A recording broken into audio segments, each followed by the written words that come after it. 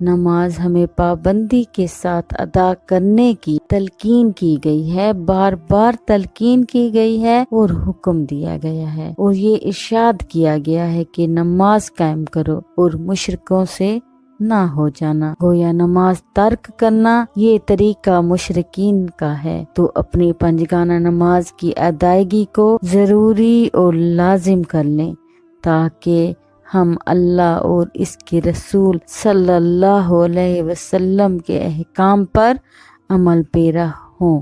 یہ بات ذہن میں رکھیں کہ توفیقات اس کی جانب سے ہوتی ہیں، تو اس سے ہمیشہ توفیق مانگیں کہ اللہ اپنے حضور جھکنے کی توفیق نصیب کر دے۔ اس سے بڑا بد نصیب کم بخت نہیں ہے جو اللہ کے حضور جھکنا بھی نہیں جانتا۔ فجر کی اذان ہو رہی ہے اور وہ سو رہا ہے، ظہر گزر گئی کھیل کود میں لگا ہوا ہے، عصر گزر گئی وہ اپنے کاروبار میں بزی ہے، مغرب عشاء گزر گئی اور اس کو کوئی بھی خبر نہیں۔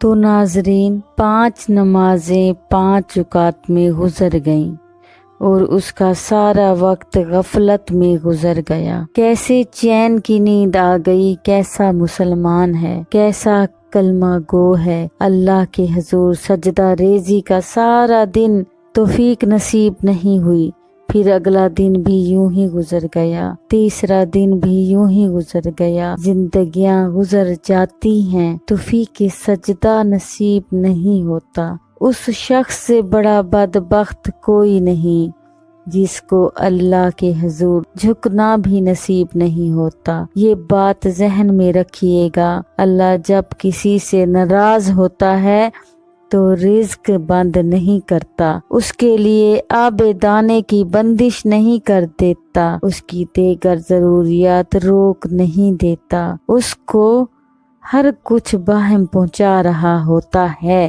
اللہ کسی سے ناراض ہوتا ہے تو سجدے کی توفیق چھین لیتا ہے۔ ناظرین، سجدے کی توفیق چھین لیتا ہے۔ سجدے کی توفیق جب چھن جاتی ہے تو انسان کا سب کچھ چھن جاتا ہے۔ ناظرین، بندہ سمجھتا ہے میں نماز نہیں پڑھتا، تو اے بندے تو کون ہے؟ تجھے توفیق سجدہ ہی نہیں دی جا رہی، تو نے اللہ کو ناراض کر لیا ہے، وہ تجھے اپنی چوکھٹ پہ بلاتا ہی نہیں، تجھے اپنی دہلیز پہ حاضری کا موقع ہی نہیں دے رہا۔ تو اس سے معافی مانگو اور پنجگانہ نماز اپنی زندگی کا معمول بناؤ۔ صحیح بخاری میں ناظرین ایک حدیث موجود ہے کہ آقا محمد صلی اللہ علیہ وسلم نے ارشاد فرمایا، تم میں سے جب کوئی شخص نماز پڑھتا ہے وہ اپنے رب سے سرگوشیاں کر رہا ہوتا ہے، وہ اپنے رب سے ہم کلام ہوتا ہے۔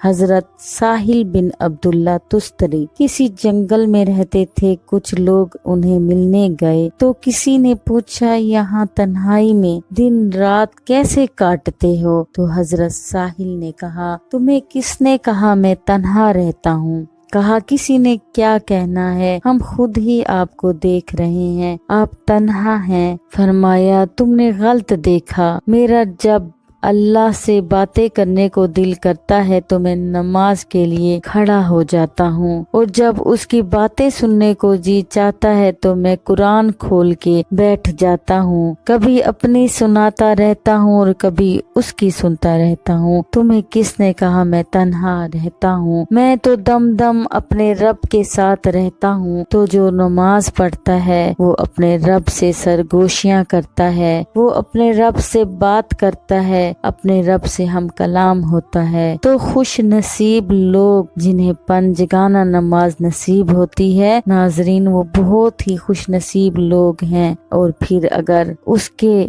آداب کی رعایت کے ساتھ نماز نصیب ہو جائے تو کیا ہی بات ہے۔ نماز پڑھنے کا جو انداز ہے وہ اصل میں ہمیں نصیب ہو جائے، جیسا کہ حدیث احسان میں ہے، جبرائیل امین نے حضور صلی اللہ علیہ وسلم سے کچھ سوال کیے تو ان میں سے ایک سوال یہ بھی تھا کہ حضور صلی اللہ علیہ وسلم احسان کا کیا مطلب ہے؟ احسان کیا ہے؟ تو تو آپ صلی اللہ علیہ وسلم نے فرمایا تو اپنے رب کی عبادت اس طرح سے کرے کہ انا کا تراہ، گویا تو اسے دیکھ رہا ہے، یہ تیری کیفیت ہو کہ تو اپنے رب کا دیدار کر رہا ہے۔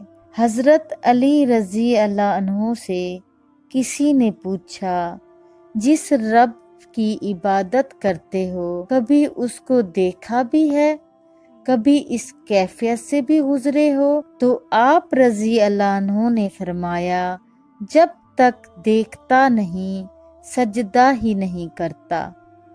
تو اپنے رب کی عبادت ایسے کرو کہ تم گویا اسے دیکھ رہے ہو، اور اگر یہ کیفیت تمہاری پیدا نہیں ہوتی تو کم از کم اس کیفیت میں آؤ کہ تمہارا رب تمہیں دیکھ رہا ہے۔ اور ناظرین، یہ تصور بھی کون سا کم ہے کہ ہمارا رب، ہمارا مالک ہمیں محبت کی نگاہ سے دیکھ رہا ہے۔ تو ناظرین، نماز پڑھنے کے بے شمار فائدے ہیں، نماز پڑھنے کے بے شمار فضائل ہیں۔ نماز نہ صرف دنیا میں بلکہ آخرت میں بھی اس کی بڑی ہی برکتیں ہیں۔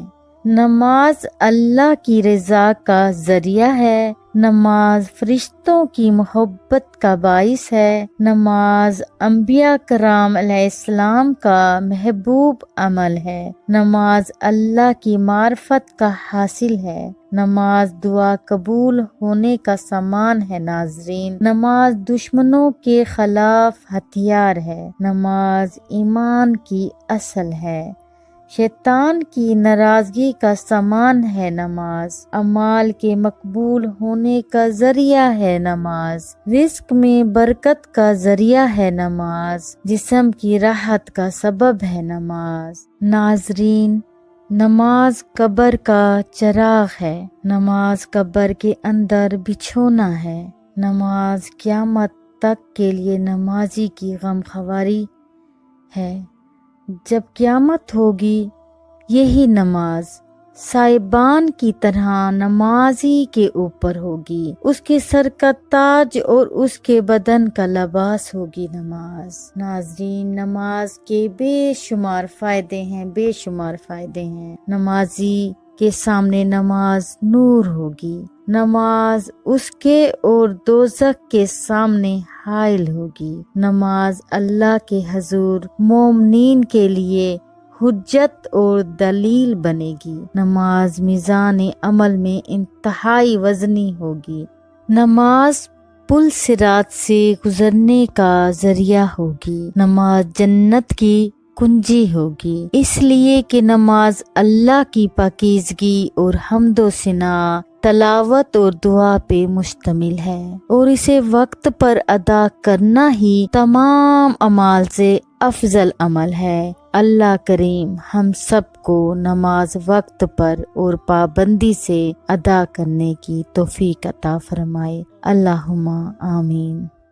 تو ویورز، آج میں آپ کے لیے بہت ہی مزیدار سویٹ ڈش کی ریسیپی تیار کر رہی ہوں، تو اس کو دیکھنے کے لیے پلیز میرے ساتھ رہیے۔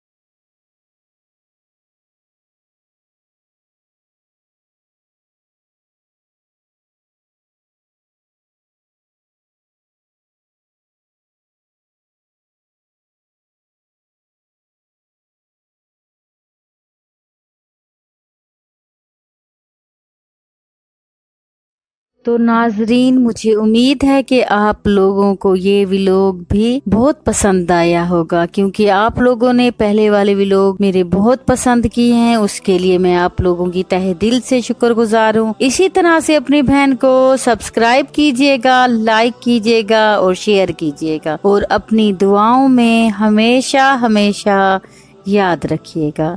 فی امان اللہ، اللہ حافظ۔